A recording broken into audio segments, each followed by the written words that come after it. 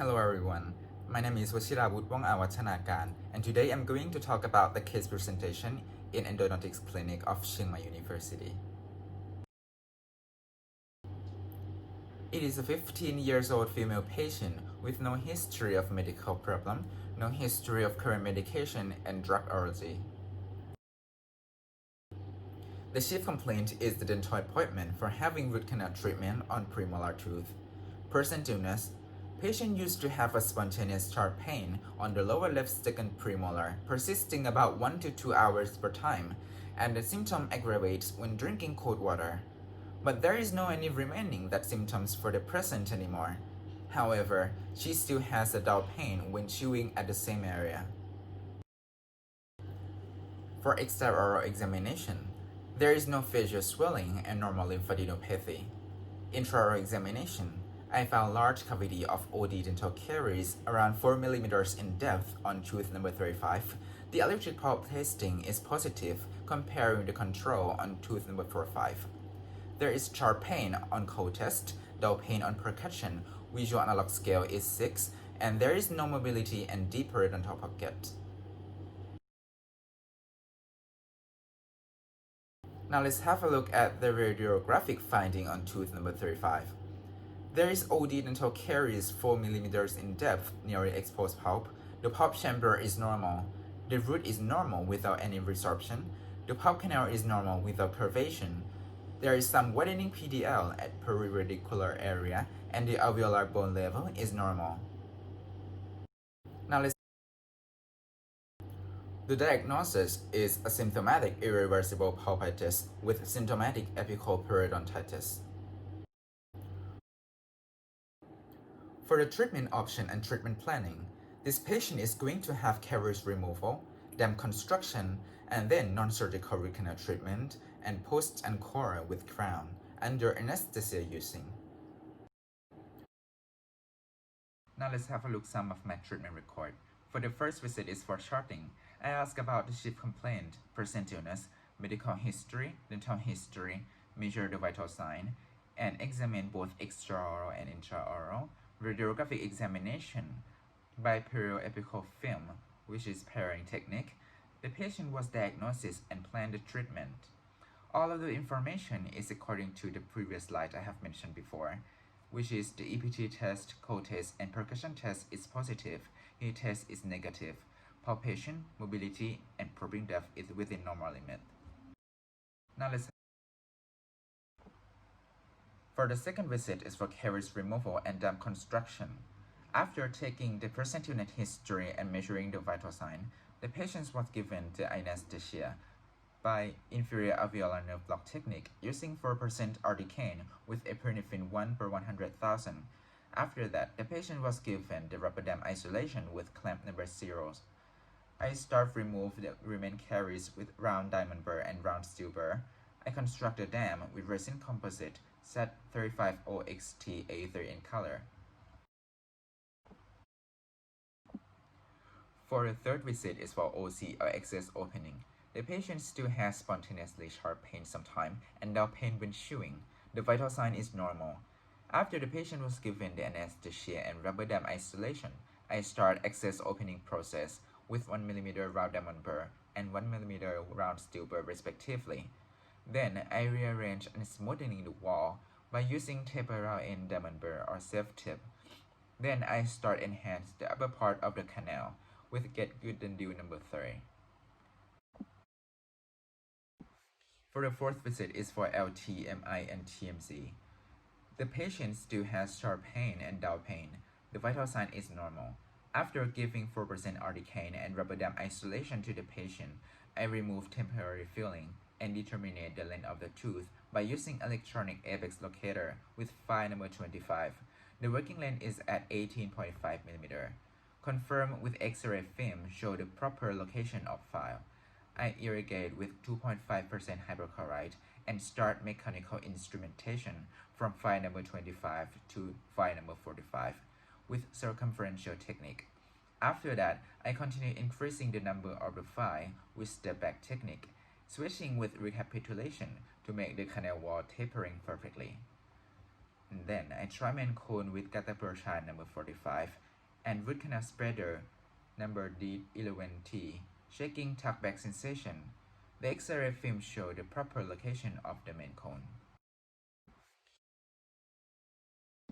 For the fifth visit is for the FRC process. The patient has no remaining sign of sharp pain but still has little dull pain. Giving the patient rubber dam isolation and remove temporary filling. Shaking the calcium hydroxide medication is the white sandy ardolase in the root canal.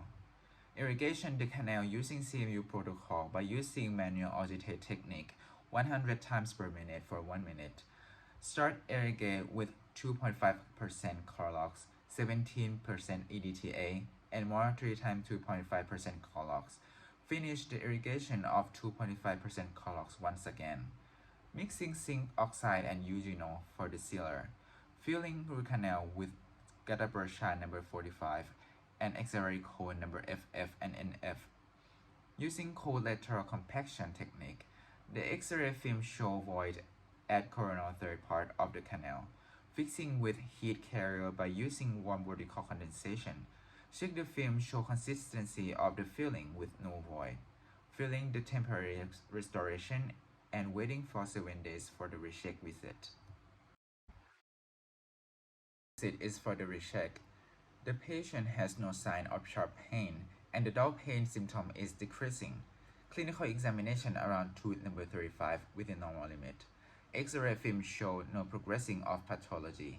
Remove temp filling and base with GI, Fuji 7 pink color, and permanent filling with composite resin, set 35 OXT A3 color.